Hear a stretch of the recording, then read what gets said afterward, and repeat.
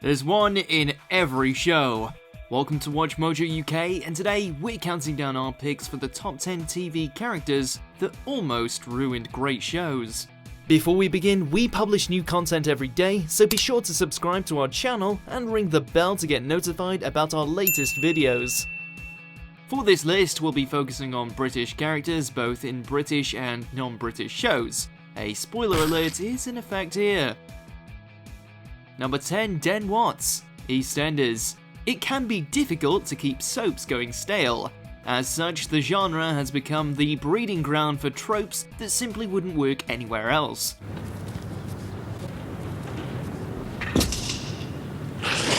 This includes the back from the dead trope, and it was never put to worse effect than when EastEnders resurrected Den Watts 14 years after his supposed demise.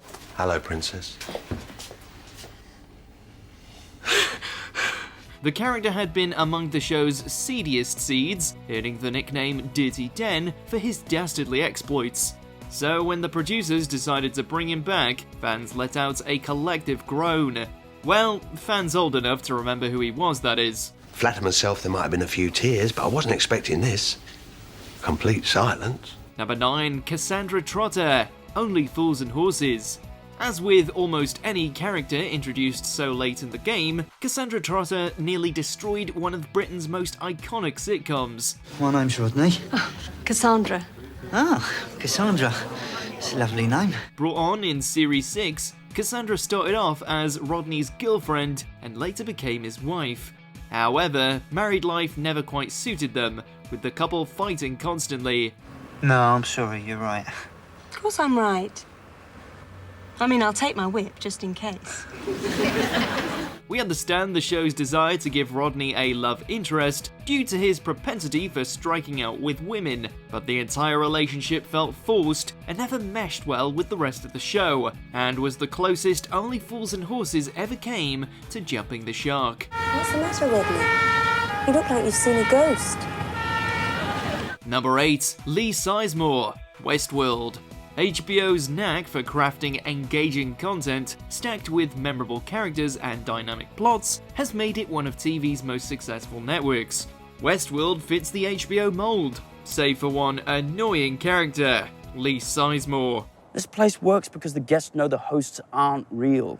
In a show about killer robots, Sizemore is by far the show's most detestable character. He's a whiny, selfish egotist who manages to annoy both his on-screen counterparts and viewers. I want full creative control of this place. The parks, the narratives, the hosts. You'll be able to do with them whatever your tiny little heart desires. His behaviour puts him at odds with everyone he encounters, and he appears to be in possession of zero redeeming qualities. How he wasn't killed off in Season 1, we will never understand. Don't you have somewhere you need to be? Somewhere important? Number 7, Nellie Bertram, The Office. If there's an axe to grind with the American version of The Office, it's the introduction of Nellie Bertram. Everyone is somebody's boss, and that person can fire the person below them. Nellie is rude, lazy, and harbours racist sentiments towards the Irish. She's crude, even by Dwight standards, and her glaring lack of qualifications and general ineptitude made her an odd choice for the role of President of Saber's Special Projects. In the next few weeks, we're going to throw everything you know about business out of the window and do it our own way.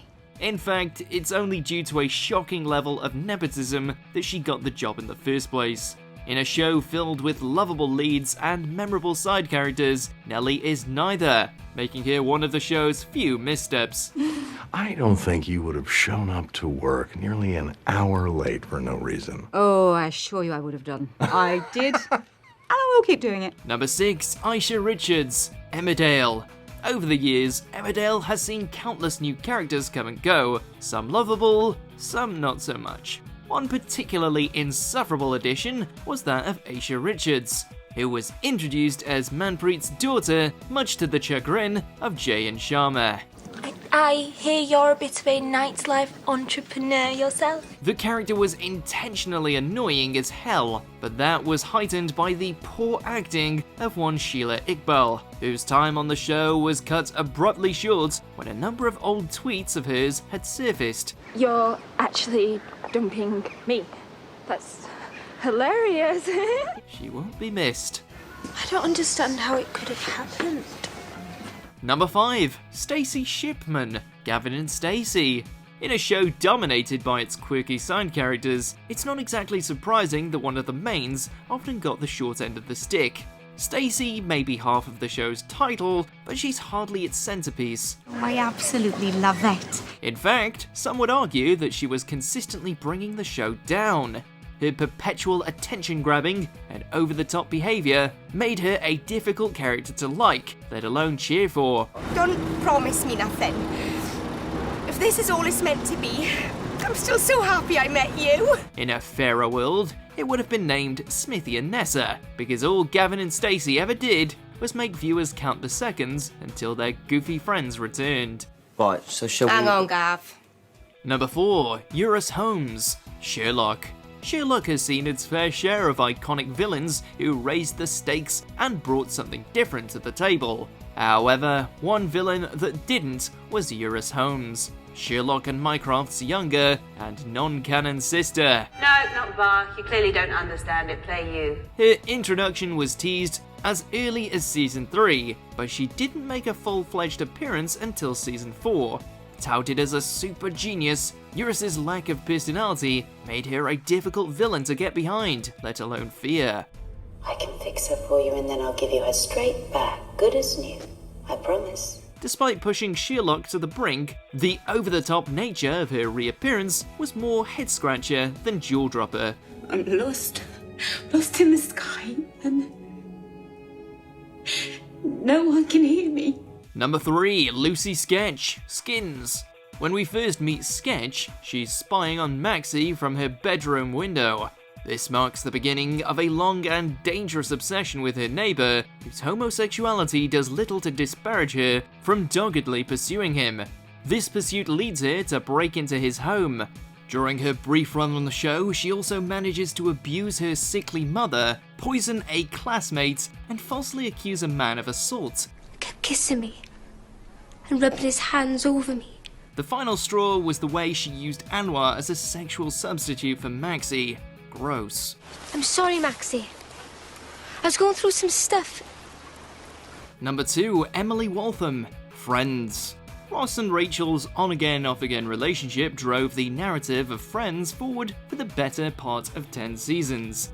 So when Emily was introduced in Season 4, fans knew she wasn't going to last. I'm not free tonight, so... Really? Well, that's just lovely, isn't it? I must have missed your call, even though I didn't leave the flat all day. Oh, well, no, actually... No, that's not rude. Her story arc lasted the length of the season, culminating in Ross saying Rachel's name at their wedding.